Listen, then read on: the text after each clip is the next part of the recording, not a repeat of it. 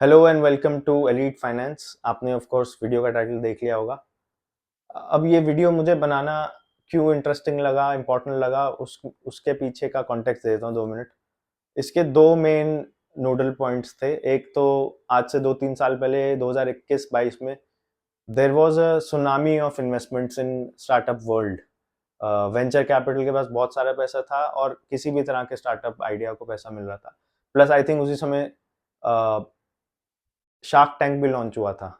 और तब तक the common wisdom, the agreed wisdom, at least in Indian market, Indian startup investment market was कि startup investments और venture capital और even angel investing should be reserved for proper venture capital firms, या फिर अगर individuals भी कर रहे हैं तो those used to be typically ultra high net worth individuals because of the risks involve in the sophistication required. ये माना जाता था कि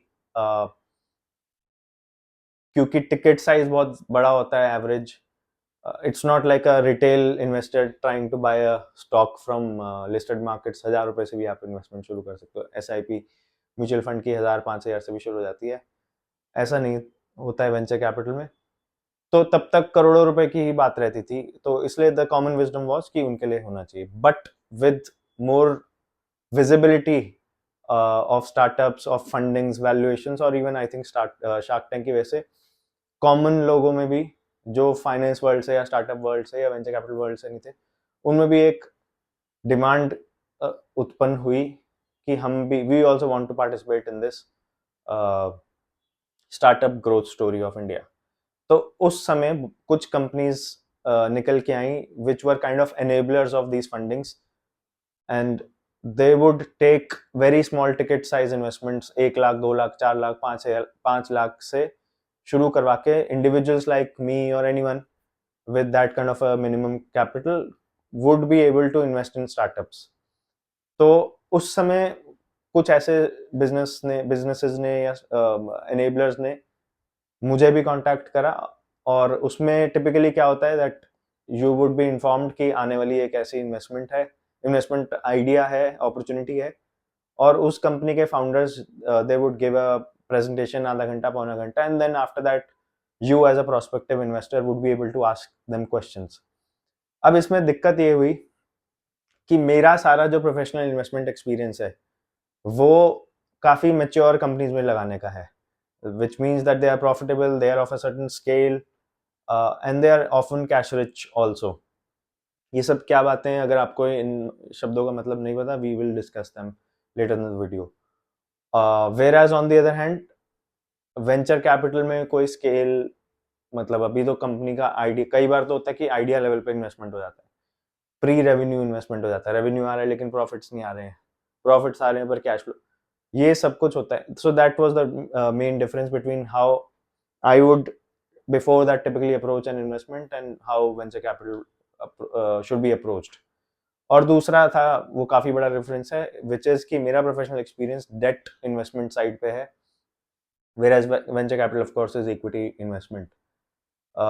तो तब मुझे लगा और उसमें हुआ क्या कि उन प्रेजेंटेशंस में जाके मैं इस तरह के सवाल पूछता था जो जिस पे या तो फाउंडर हंस पड़ते थे या रो पड़ते थे। कि मैं अगर उनसे पूछ रहा हूँ कि व्हेन व्हाट्स योर एबिटा, अब एबिटा तक तो उन्होंने सोचा नहीं, ई का अर्निंग्स तक नहीं उन्होंने सोचा। Right now they are only chasing scale, they are maybe scale से पहले they are trying to see कि whether there is a product market fit और नॉट।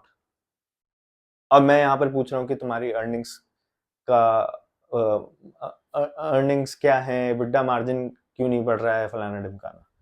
तो वहां पर there was a very big mismatch between my expectations and their expectations. तो पहला वो था, और दूसरा ये कि अभी रिसेंटली मेरे से किसी ने पूछा कि how do you decide how which company to invest इन।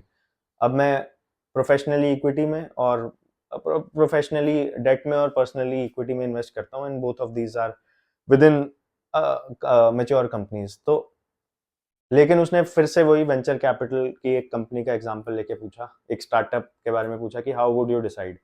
तो मैंने सोचा कि one answer can not fit all sizes, types and stages of businesses.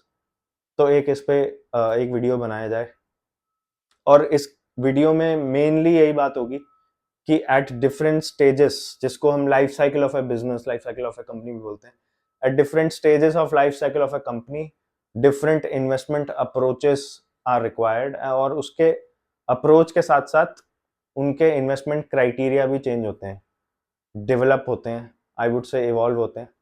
और एक और बात इसकी समरी में पहले ही बता दूं कि हर कंसेक्यूटिव स्टेज पे रिस्क कम होता है, ऑफ कोर्स रिटर्न भी रिलेटिवली कम होती हैं, risk adjusted returns if you want to say they decline, but criteria की लिस्ट वो पिछले वाले से अगले वाले में ज्यादा होगी, और पिछले वाली क्राइटेरिया तो रहेंगे ही रहेंगे, अगली स्टेज में पिछले क्राइटेरिया प्लस इस स्टेज के क्राइटेरिया, थर्ड स्टेज में पहली दो स्टेज के क्राइटेरिया प्लस थर्ड स्टेज के criteria add on top of each other होते रहते हैं। तो मैंने इसका कुछ अब मैं कुछ अपने टैब से देखकर जो मैंने नोट्स लिखे हैं उसको देखकर बताऊंगा। ये कोई विकिपीडिया से उगला हुआ आर्टिकल को मैं वीडियो में कन्वर्ट नहीं कर रहा हूँ। These are all original thoughts, experiences and ideas. Let me know in the comments whether you agree or not. तो शुरू करते हैं फाउंडर लेवल पे। अब फाउंडर इन्वेस्टर है कि फाउंडर है? I think founder is also an investor. He or she is the first investor in their own company. तो फाउंडर लेवल पे क्या मैटर करता है? जब आपके पास एक शायद आइडिया भी ना हो, that you see a problem, you want to see whether you can build a business around it or not. तो इस लेवल पे कुछ रेवेन्यू, जो ट्रेडिशनल मेट्रिक्स ऑफ फाइनेंस या अकाउंटिंग के टर्म्स भी शायद ना पता हूं, because typically we have seen engineers become founders at very early age and they have no idea of even what a P&L is. तो इस लेवल पे सबसे ज्यादा जो मैटर करती है वो है बंदे की ड्राइव, उसका पर्सनल या एजुकेशनल या प्रोफेशनल एक्सपीरियंस, और सबसे इम्पोर्टेंट उसकी कोई उस एक्सपीरियंसेस में से कुछ इंसाइट निकल के आई है कि नहीं। मतलब बंदा किसी कंपनी में काम किया after let's say doing an engineering from IIT, और वहां पर उसको या तो पर्सनल लाइफ में प्रोफेशनली कुछ प्रॉब्लम नजर आई and then he thought about building a solving this problem, building a business बाद में देखा जाता है। वेदर ही, सो इस लेवल पे मैटर करता है weather he has a drive, weather he has any important insight about the scale or the specificity of problem. जैसे किसी ने नो ब्रोकर क्यों बनाया? क्योंकि उसको probably, I don't know Mumbai के थे कि बैंगलोर के थे कि, I am sure one of the metro cities के ही फाउंडर रहे होंगे, because it's very difficult for bachelors to find, especially bachelors to find a good flat without having to pay hefty brokerages, especially Mumbai में। तो no broker उससे idea आया कि there is a demand on both the seller side and the buyer side, so maybe this can be tapped. How successful है या नहीं है, that's not the topic of this video. तो founder level पे drive, experience, insight और network भी काम आता है कि अगर मैं यहाँ पर बैठ के सोच रहा हूँ कि मैं हीरे बेचूंगा, और मेरी जिंदगी में मेरे 5 पुश्तों ने कभी एक तनिष्क के अलावा कुछ हीरे में की 4-5 अंगूठियों के अलावा कुछ खरीदा नहीं है, तो I don't think I will be able to, I make for a good founder of a diamond manufacturing business. अगला आता है फाउंडर के बाद में वेंचर कैपिटल। अब इसमें मैं venture capital, I am using this as a broad term. Venture capital में, with in venture capital there are different stages as well, angel round, pre seed, pre revenue, round A B C, whatever. मैं इन सबको एक में club करके venture capital investment बोल रहा हूँ।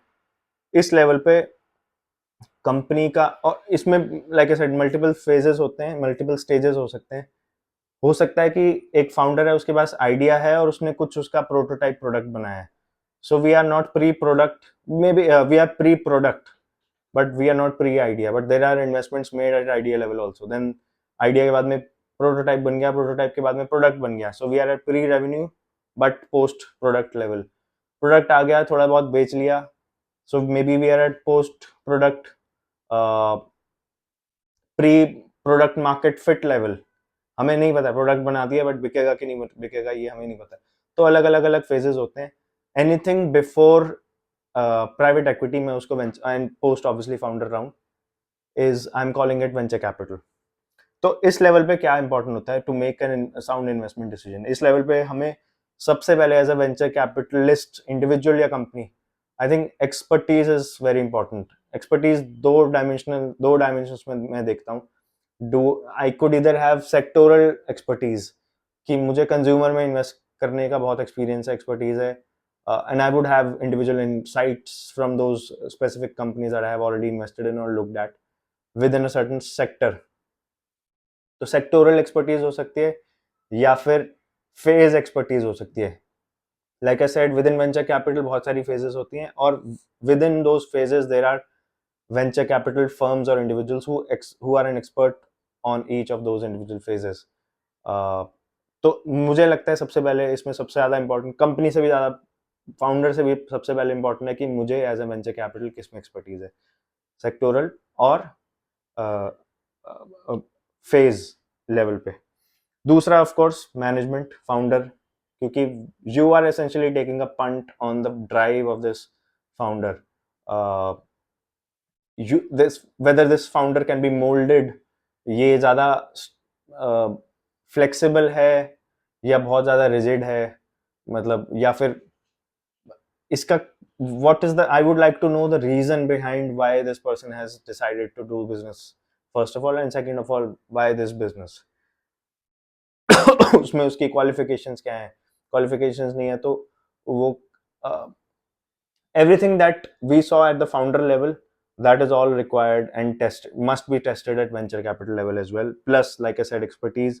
अगली चीज, हमारा नेटवर्क किसमें है, because ultimately investments are only as good as, or at least I feel so, they are only as good as the multiple at which they can be sold to the next guy. तो within हमारे network में would we be able to find future investors for this business? So that is something that I would see, and then I would like to get into business itself. ये सब business देखने से पहले I would like to see and assess. अब business में मैं क्या देखना चाहूँगा? मार्केट में व्हाट्स द टैम और टोटल एड्रेसेबल मार्केट, मेरे मार्केट साइज क्या है? हो सकता है कि अब फाउंडर की हमने डेफिनेशन टिपिकली ये देखी है कि कोई सॉफ्टवेयर बिजनेस या कोई टेक्नोलॉजी बिजनेस है, बट इवन अ समोसा वाला starting up a business for the first time is a new founder. लेकिन क्या वो समोसे का बिजनेस, वो समोसे की दुकान वेंचर कैपिटल डिजर्व करती है कि नहीं? उसके लिए वेंचर कैपिटलिस्ट ये सब चीजें देखेगा, प्लस मार्केट जब देखेगा तो देखेगा क्या मार्केट साइज है। मुंबई के एक छोटी सी गली में ही सिर्फ वो समोसे बेच सकता है या चाय बेच सकता है, या पूरी इंडिया में चाय उसकी अलग अलग अलग अलग एक ब्रांडेड स्टोर बना के उसकी उसकी अलग अलग स्टोर्स बनाए पूरी इंडिया में बनाई जा सकती है and try to beat something like a Starbucks. तो वो एड्रेसेबल मार्केट देखी जाती है उसमें। उसके बाद of course product is very important. उसमें बंदे की एक्सपर्टीज, आपकी एक्सपर्टीज और प्रोडक्ट की वायबिलिटी, बनाया जाएगा भी कि नहीं। कोई अगर बोले कि I have expertise in in robotics, उसने रोबोटिक्स में इंजीनियरिंग करी, I don't know whether that's an engineering field or not, but let's say there is, तो रोबोटिक्स में इंजीनियरिंग करी है, okay, you have the expertise, you have the drive, you have the insights कि America में robots बना के इस तरह से इस लेवल पे आज से 2050 में कंज्यूमर रोबोट्स बिक रहे होंगे। But do you, is this a feasible product to be made in India? कि do people have the money, is there enough demand, and most importantly इस तरह की चीज में रेगुलेटरी एनवायरनमेंट कैसा है? सरकार कभी ड्रोन्स छोटे अलाउ करती है, कभी बड़े अलाउ करती है, बड़े नहीं अलाउड होते, फिर छोटे अलाउड होते हैं। तो ये रेगुलेटरी फ्रेमवर्क रोबोट्स को लेकर कुछ है या नहीं है? अगर है तो वो फीजिबल है कि नहीं है? So that all those things will come into picture when I look at the product itself or the service. उसके बाद में हम देखते हैं कि प्रोडक्ट मार्केट फिट है कि नहीं।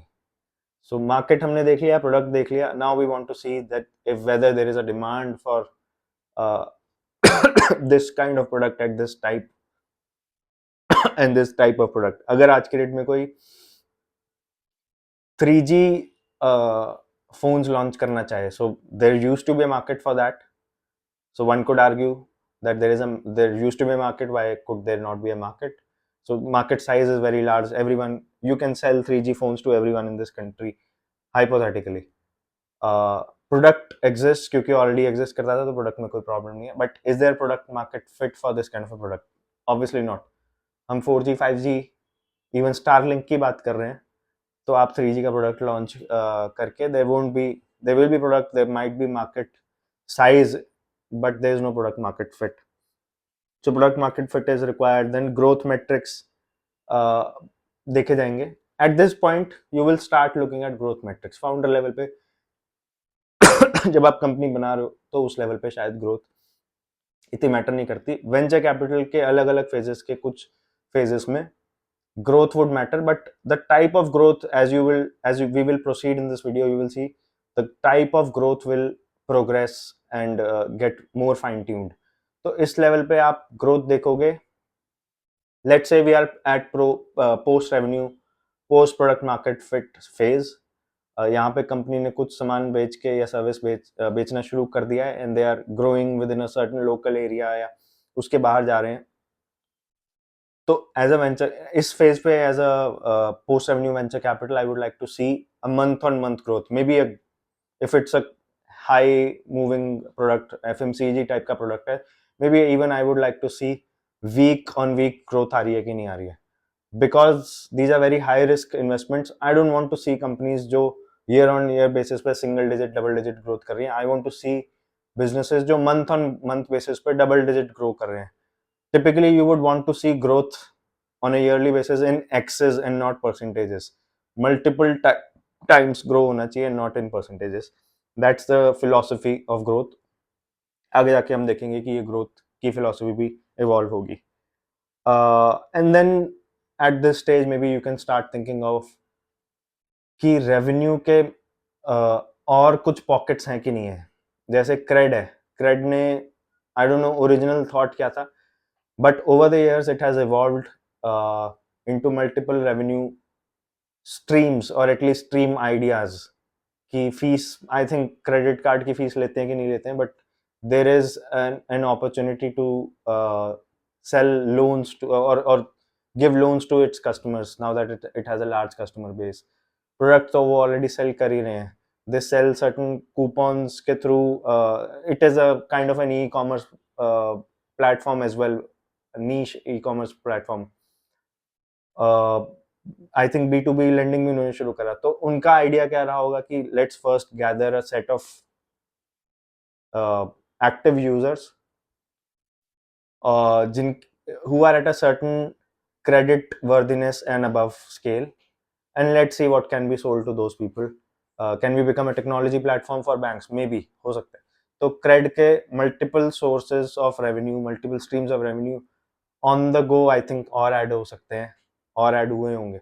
So at this is what venture capitalists have to think about and take investment decisions on. And then of course the most important is what is hot. Venture capital हो या कोई भी, हम आगे भी देखेंगे, मोमेंटम या what is selling like hot cakes is very important. अगर आप एक मेरी थ्योरी है, if you want to know what is the hottest sector within venture capital in a year, आप ये देखो कि IPL में उसका टाइटल स्पॉन्सर्स में कौन से स्टार्टअप्स हैं. एक साल आया था जब एडटेक वाज वेरी हॉट, फिर उसके बाद में कुछ आया, fintech was very hot, Paytm ने आई थिंक करा था. तो ये स्विच होते रहते हैं. The good money keeps following new sectors. तो ये this is also a very important decision, because ultimately I as a venture capital don't make money until won't make money until I'm able to sell this to some other venture capitalist or private equity or take it to the IPO market. So that was about venture capital stage investment. अब इससे अगली stage हम बोल सकते हैं कि private equity stage होती है. इंडिया में ये इतना ज़्यादा इवॉल्व अभी तक नहीं हुआ है, but if theory is that if you want to look at finance, which is a very old field, so if you want to look at very old fields, just look towards what the US has done in the past, and somewhere down the line 10 साल 20 साल 50 साल बाद India में भी similar patterns emerge करेंगे. तो US में venture capital के बाद टिपिकली प्राइवेट इक्विटी में सेल होती है. इंडिया में वेंचर कैपिटल से डायरेक्टली आईपीओस भी हुए हैं कुछ कुछ स्टार्टअप्स के. That's a different story. But typical life cycle में let's say private equity is the next life cycle. अब इस स्टेज पे हमें क्या इंपॉर्टेंट होता है? Of course TAM is, like I said, every previous criteria, all the previous criteria will be important for me as I move forward. So private equity में of course TAM is important, but at this stage I will also like to see कि how has the competition evolved. तो food delivery में venture capital level पे या angel investing level पे आज से 10 साल पहले आई थिंक 10-15 होंगे. Even with in Bangalore 8-10 companies होंगी. But ultimately, only 2 survived, which is Swiggy and Zomato. तो private equity would like to see कि TAM तो ठीक है, but उस TAM को अगर उस market total addressable market को किसी incumbent ने, किसी existing company ने already 80% capture कर रखा है, तो it is only a matter of time and not if कि छोटी वाली कंपनी को बड़ी वाली कंपनी खा जाएगी, या तो उनको आउट प्राइस करके या आउटराइट बाय करके या फिर उनको खत्म कर देगी. But I think in a Zomato Swiggy example both would have similar market shares going forward as well. तो इस तरह की कंपनी में private equity would be interested in. तो अब इस लेवल पे हमने टैम कंपटीशन देख लिया. Private equity typically unlike venture capital में क्या होता है कि जरूरी नहीं है कि एक ही वेंचर कैपिटल फर्म पूरी कंपनी को एक्वायर करे. There are many venture capital firms who keep coming in and trading hands. तो partial ownership करके अपने रिस्क को डाइवर्सिफाई कर पाते हैं वो. Venture capital firms typically want to take majority interest at least, if not 100%. 100% भी लेने वाली ज़्यादातर होती हैं. तो वो इसलिए होता है ताकि they can drive the future growth of the company or future path of the company. तो venture capital तक founders ही drive करते हैं. They only take money from venture capitalists as is really a financier and maybe a director kind of a role that they play because they invest in many companies. Private equity on the other hand वो full management को control करना चाहते हैं of the company, तो वो 100% या majority stake लेते हैं. तो इस stage पे this is when they start to see कि कोई synergies exist करती है कि नहीं. फॉर एग्जाम्पल अगर मैं एक प्राइवेट इक्विटी फर्म हूं जो जिसके पास कुछ एक छोटे बैंकिंग सॉफ्टवेयर फर्म्स हैं, सॉफ्टवेयर की कंपनियां हैं जो बैंक्स को सॉफ्टवेयर देती हैं. तो एक और सिमिलर कंपनी अगर मेरे पास आती है and I already have a customer pool of many banks through some of my portfolio companies, it is synergistic for me to buy a new similar company with a new product offering जिसका customer base will be the same as my existing companies का customer base, ताकि in future मैं आगे जाके हो सकता है इनमें से कुछ कंपनीज को मर्ज करके एक बड़ी सॉफ्टवेयर बैंकिंग सॉफ्टवेयर कंपनी खोल सकूं या फिनटेक कंपनी खोल सकूं, बना सकूं. तो उस तरह से मैं रेवेन्यू सिनर्जीज देख सकता हूं, मैं कस्टमर सिनर्जीज देख सकता हूं, मैं कॉस्ट सिनर्जीज पे बहुत ज़्यादा इंपॉर्टेंट रहेंगी for me as a private equity investor कि अभी तक पैसा उजाड़ा जा रहा था वेंचर कैपिटल के under by founders on customer acquisition for example, or maybe management costs or employee costs. Private equity के पास में हो सकता है कि already कुछ networks हो, कुछ they can make some management changes, या they would have opportunities to reduce costs from a vendor perspective, या headquarter costs कम हो सकते हैं. There are several cost cutting measures that private equity would like to see, ताकि अब ये सब किस चीज पे आ रहा है? At this stage, an investor should start thinking about profitability and operating profitability, if not net margin profitability. तो इस लेवल पे for a private equity investor, profitability matters. Yes, scale matters, revenue growth matters, management matters, everything else that we have discussed before this matters. वो already successful हो चुका है तभी private equity stage पे कोई कंपनी आई होगी, अन्यथा बहुत सारी कंपनीज ऑलरेडी खत्म हो चुकी होंगी before private equity stage occurs. तो ये सब all those things have been taken care of. Now it is time to more professionalize the company, see how this can be run for the next 100 years or so, and how it can be grown profitably. Private equity does not typically do growth at any cost. Cost matter to them, profitability matters to them. और दूसरा ये होता है even cash flows matter to them, क्योंकि typically private equity अगर 100 रुपए की कोई खरीद रही है कंपनी 100% स्टेक, तो अपना 100 रुपए नहीं लगाती है.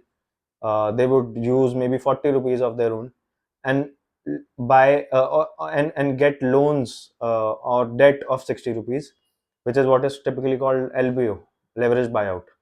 तो leverage अगर मुझे ऐड करनी है किसी बिजनेस में, which means कि debt मुझे ऐड करना है, तो the company should be making enough cash flows that it is able to serve the debt cost, which is interest and ultimately principal repayment. तो इस लेवल पे मुझे profitability मैटर करता है. Like I said, any possibility of efficiencies, synergies, of course, valuation matter करती है. Private equity is not a game of 100xing your investment. That is for venture capital to do.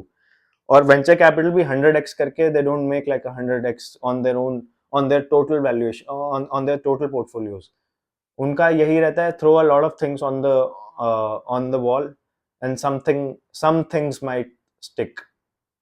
तो वही 100 कंपनियों में लगाओ, may be 90 will go out of business, 8 will give me like 10x returns, but 2 will give me 100x returns. तो overall पूरे fund level पे या portfolio level पे आई will be making additional returns on top of any other risky investment asset type. Private equity का ऐसा नहीं रहता है. Private equity has reasonable growth expectations, तो उसके लिए they need to have reasonable valuation multiples also. Venture capital level पे valuations are done at a revenue level, revenue का मल्टीपल लगा देंगे because there is no EBITDA, there is no earnings typically, तो revenue का multiple लगाएंगे. TAM के basis पे valuation करी जाती है. बट प्राइवेट इक्विटी लेवल पे अर्निंग्स के मल्टीपल्स पे अब बात आने लगती है अर्निंग्स के मल्टीपल पे कितनी ईवी होगी, वैल्यूएशन होगी कंपनी की. इवन कैश फ्लोज के बेसिस पे होती है, जिसको DCF मेथोडोलॉजी से भी निकाला जा सकता है फ्यूचर कैश फ्लोज अगर प्रेडिक्टेबल हैं कि नहीं. इस लेवल पे expansion like I said is very important, but profitable expansion. Now this expansion could be by acquiring certain businesses, वो प्राइवेट इक्विटी के प्लान में हो सकता है, या फिर एक्सपेंशन अबव और बिलो योर कोर सेक्टर, जिसको फॉरवर्ड इंटीग्रेशन या बैकवर्ड इंटीग्रेशन कह सकते हैं. या फिर एक्सपेंशन आपका प्रोडक्ट एक्सपेंशन हो सकता है कि अगर आपकी शेविंग की किट्स बनाने की कंपनी है और दूसरी तरफ एक और कंपनी है जो लड़कियों के हेयर ग्रोथ प्रोडक्ट्स बनाती है, so is there expansion possibility of product and then ultimately customer, जो आप टारगेट कस्टमर्स, उसका भी एक पूल को एक्सपैंड कर पा रहे हो कि नहीं हो. And this is where we start to look at not month to month, not week to week growth, but more reasonably year on year growth. Consumer companies है तो year on year growth. Technology, software, subscription businesses है तो फिर भी शायद हम sequentially quarter on quarter growth पे देखते हैं, but nothing like month on month growth कितनी हो रही है, week on week growth कितनी हो रही है, because we are now getting into closer to certain scale. अब स्केल देखिए किसी भी लेवल पे करा जा सकता है. Even Reliance could scale to the extent कि वो एयरटेल और आइडिया और BSNL को खत्म कर दे, but will that be profitable for them? अगर वो कल रिलायंस बोल दे कि मेरे अगले सारे कस्टमर जो आएंगे, जो एयरटेल से आना चाहते हैं, वोडाफोन से आना चाहते हैं, BSNL से आना चाहते हैं, सब आ जाए फ्री में, 1 साल free. I think a lot of people will come to Reliance, and maybe all of us would want to. The entire country would be with Jio, but will that be profitable? Is that sustainable? So profitability के साथ में sustainability भी आ जाती है when you are looking at expansion and scale at private equity level. अब इससे अगले level पे हम बोलते हैं कि private equity का generally एग्जिट गेम प्लान होता है 5 साल 7 साल 10 साल के आसपास का, to either sell to another private equity, or if you have reached a certain scale, so IPO is also a very common exit strategy for private equity investors. तो अब IPO इन्वेस्टर जब आए हैं, जब जहाँ पर हम लोग आम जनता रिटेल इन्वेस्टर्स आते हैं, तो IPO लेवल पे जब आप इन्वेस्टमेंट कर रहे हो तब आपकी क्या थिंकिंग होनी चाहिए? You can't have founder mindset, you can't have venture capital mindset, and you don't have the resources to have private equity mindset, क्योंकि you will only own a very small share of the business. You won't be able to run the company, and there will be crores, lakhs and crores of other people like you who are just part owners. तो at this stage मेरे लिए important हो जाता है सबसे पहले valuation. सबसे पहले valuation, क्योंकि क्योंकि private equity firms are very sophisticated.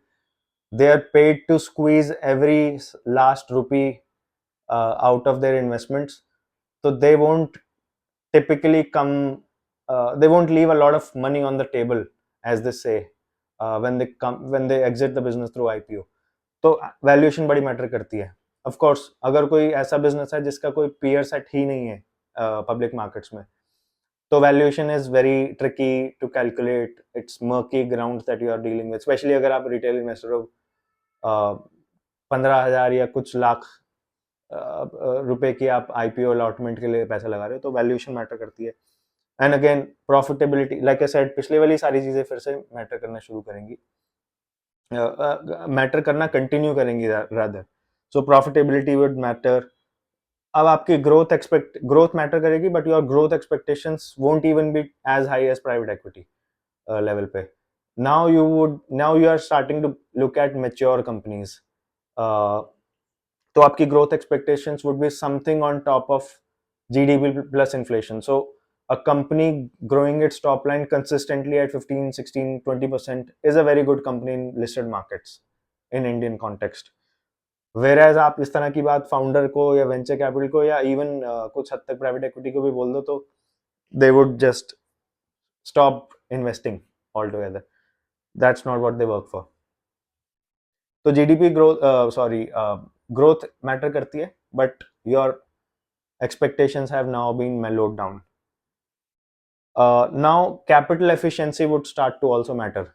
Capital efficiency कैसे कि जो हम ratios देखते हैं, now we are entering into typical investment styles जहाँ पर financial ratios start to matter, and not just profitability ratios but capital efficiency ratios, like कि ROE क्या है कंपनी का, ROC, ROIC क्या है कंपनी का. Basically, is this business returning the returns on equity of this company, is it even worth existing in the business, to remain in the business? अगर मतलब if a company can earn 13% return on Nifty, just doing Nifty investments, and its ROE is less than 6%, should that company even exist? इस तरह के सवाल matter करने लग जाते हैं when you come into IPO, post IPO, public markets investment thinking. So capital efficiency ratio, like I said, matters. Peers हैं तो हम देखेंगे कि नहीं देखेंगे. Growth अगर हम देख रहे हैं, like I said, year on year growth. Now we start to get into like year on year growth क्या हो रही है कंपनी की. अब quarter on quarter growth भी शायद इतनी मैटर नहीं करती unless it's a subscription business, flatline type of subscription business. हम देखते हैं कि Q1 2024 versus Q1 2023 कितना ग्रो करा है and so on. But most importantly, as we have seen in the last 3-4 years, subscription to that IPO, वो क्या है? Has this IPO been oversubscribed or undersubscribed? That is what matters for an IPO level investor. क्योंकि अगर undersubscribed है तो most likely listing gain तो नहीं होगा. तो listing gain नहीं होगा अगर, and if that is my expectation कि undersubscription equal to no listing gain or rather listing loss, then I would much rather buy it post IPO, which is the next phase that we will talk about.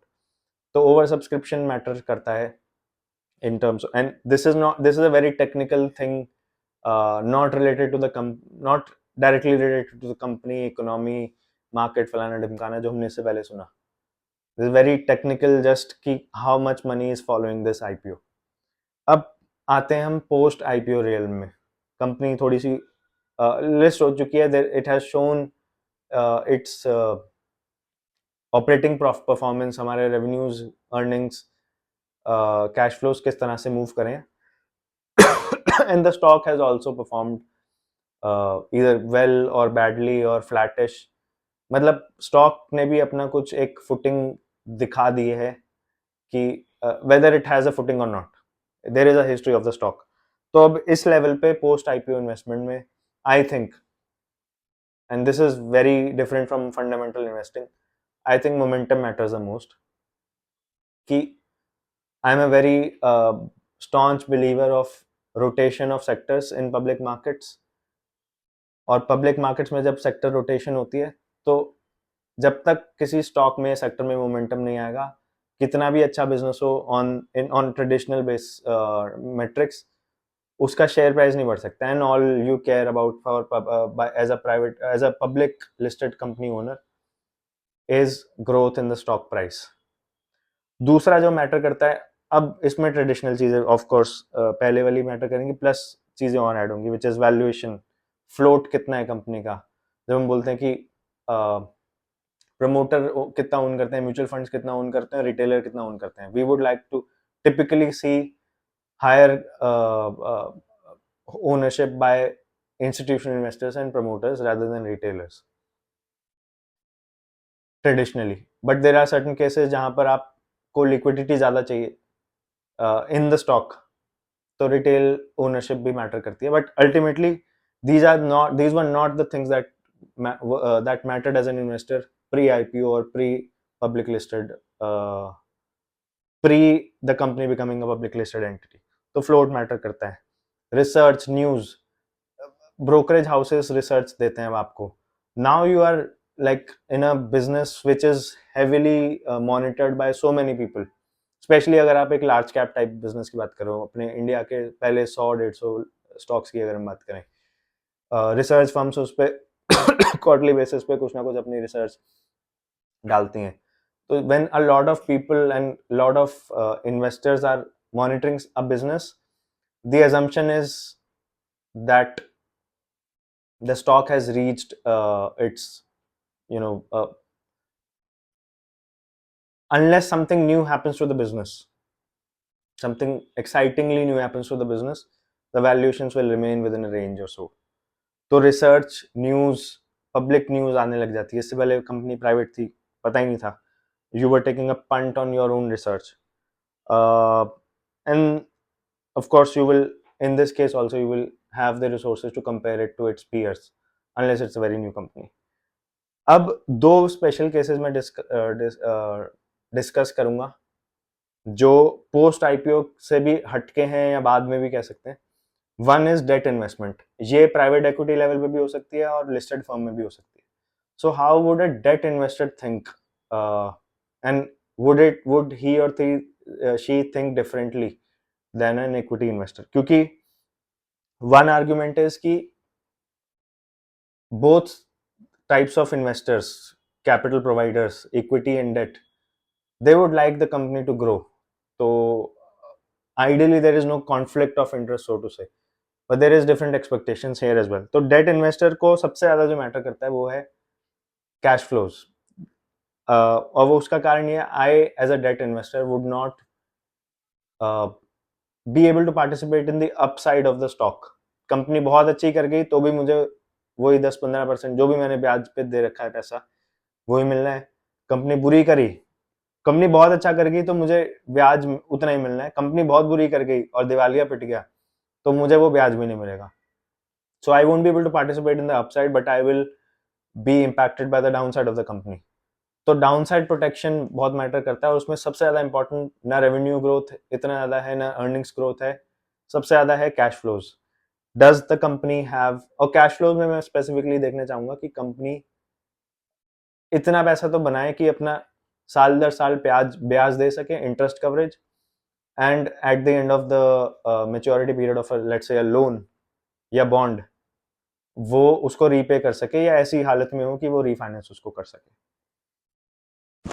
तो इसके लिए अब मेरे matrix भी बहुत अलग हो जाते हैं, which is something that equity investors don't give too much weightage to.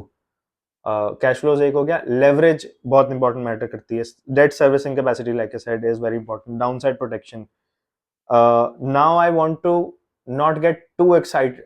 मुझे ऐसी कोई बिजनेस नहीं चाहिए जो बहुत ज्यादा फ्लक्चुएट करता है इन terms of revenues and earnings. मुझे वो फ्लक्चुएशन अपसाइड भी अगर हो तो भी मुझे, I would not want that kind of a business as a lender. मुझे चाहिए रेवेन्यू में भी और अर्निंग्स में भी predictability. So predictability is key, whereas predictability is the, I would like to argue, an enemy of a public listed investor. क्योंकि अगर predictable है तो everyone can price in the future earnings and future cash flows, और आज के share price में वो reflect करेगा फॉर द नेक्स्ट 10 years अगर 10 साल की प्रेडिक्टेबिलिटी है. But as a lender I would like to see predictability for short term, medium term and long term of the company. इसके अलावा I would like to also care about cyclicality and seasonality of the business. क्योंकि अक्सर क्या होता है कि lending, जब मैं अगर लेंड कर रहा हूँ तो मैं इंटरेस्ट क्वार्टरली या सेमी एनुअली या एनुअल बेसिस पे ले रहा हूँ. तो अगर कोई बिजनेस सिक्लिकल है जैसे कमोडिटीज, तो एक लेट्स से 7 साल की कमोडिटी की 7-10 साल की साइकिल है, तो I would not like to be entering in a debt instrument at the bottom of the cycle, क्योंकि कंपनी उस समय सबसे कम कैश फ्लो जनरेट करेगी और हो सकता है इंटरेस्ट कवरेज, इंटरेस्ट भी ना दे पाए अपना. whereas on the other hand, अगर मुझे पता है that we are at the bottom of the cycle as an equity or cyclical business है commodity type में, as an equity investor I would now start to get interested in this business, क्योंकि the only, my hope is that the only, if this company survives, the only way is up. और जो matter करता है वो है equity cushion कितना है, and which is similar to calculating की कंपनी में लेवरेज कितनी है as compared to its earnings and as compared to its equity. और जब मैं डेट के रियम, when I start to enter into debt realms, I would also like to, I would be impacted by economic factors, broader economic factors. Interest rate cycle क्या चल रही है, अगर interest rate cycle लो पर है तो क्या मैंने जो डेट उठाया है वो भी लो इंटरेस्ट रेट पे उठाया है एज अ डेट इन्वेस्टर और नॉट, तो वो मैटर करेगा.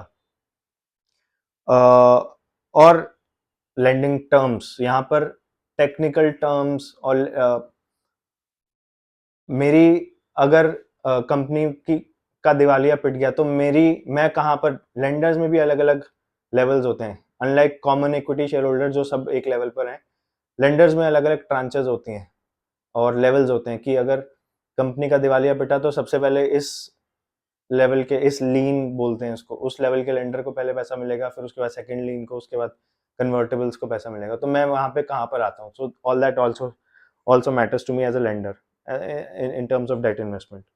और एक last type of investment style अगर मैं बोलूँ, वो बिजनेस लाइफ साइकिल में typically end of life cycle में माना जा सकता है, and that is a turnaround or special situation investment.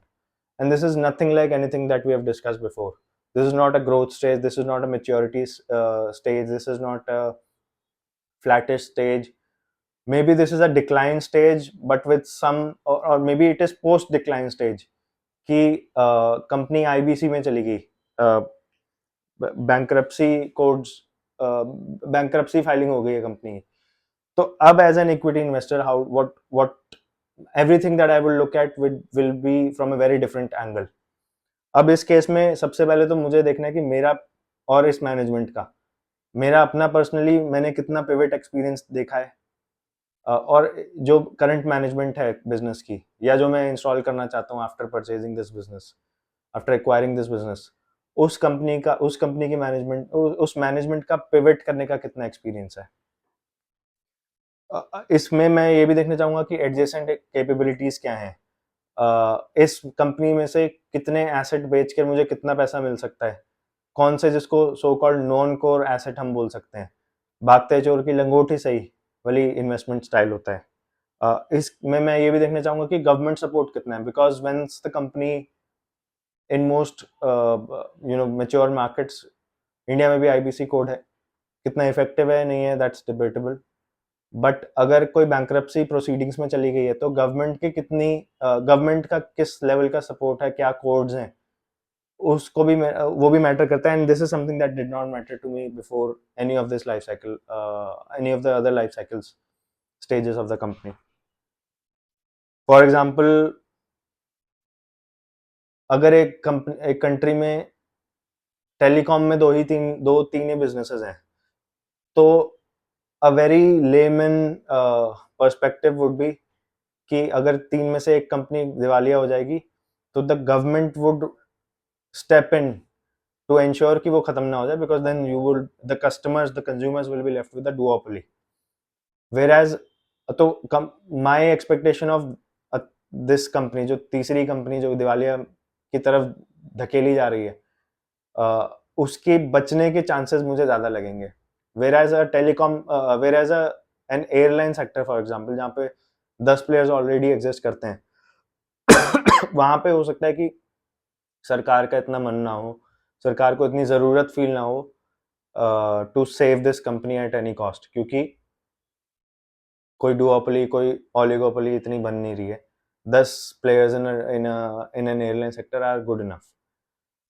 Similarly, वही, so government support matters, and then the most important thing is what is the discount that I'm getting to fair value.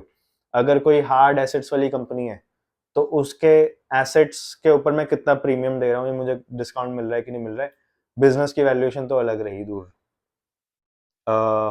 कोई कोई ऐसी brand है जिसकी brand value ही इतनी ज्यादा है, hard assets नहीं है, तो it that would matter to me कि मैं I won't, if it's an FMCG company going bust for example, but इसकी ब्रांड वैल्यू इतनी ज़्यादा है कि मैं इसी को यूज़ करके अपनी एग्जिस्टिंग किसी एफएमसीजी कंपनी में इनकॉर्पोरेट कर सकता हूँ. Now we are of course when we are talking about turn arounds and special situation investments, we are talking about large investments. हम रिटेल की बात नहीं कर रहे हैं, यहाँ पर कोई आईपीओ लेवल इन्वेस्टमेंट नहीं हो रही है. यहाँ पर कंपनी या तो इंटीग्रेट करने के लिए खरीदी जा रही है या टर्न अराउंड करने के लिए खरीदी जा रही है. तो हो सकता है कि उस कंपनी का ब्रांड वैल्यू इतनी ज़्यादा है कि मेरी एग्जिस्टिंग प्रोडक्ट से ज़्यादा अच्छी ब्रांड वैल्यू है, and I can integrate everything that I have into this and launch with this new brand. तो उस तरह से special situation turn around type की इन्वेस्टमेंट्स को देखा जा सकता है.